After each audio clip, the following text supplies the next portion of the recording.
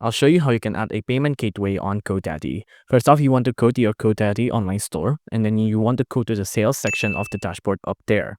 After that, on the sales dashboard, you'll see that there's a getting started option, and then on the bottom there, you'll see payments, right? And on payments, you want to click on accept credit card.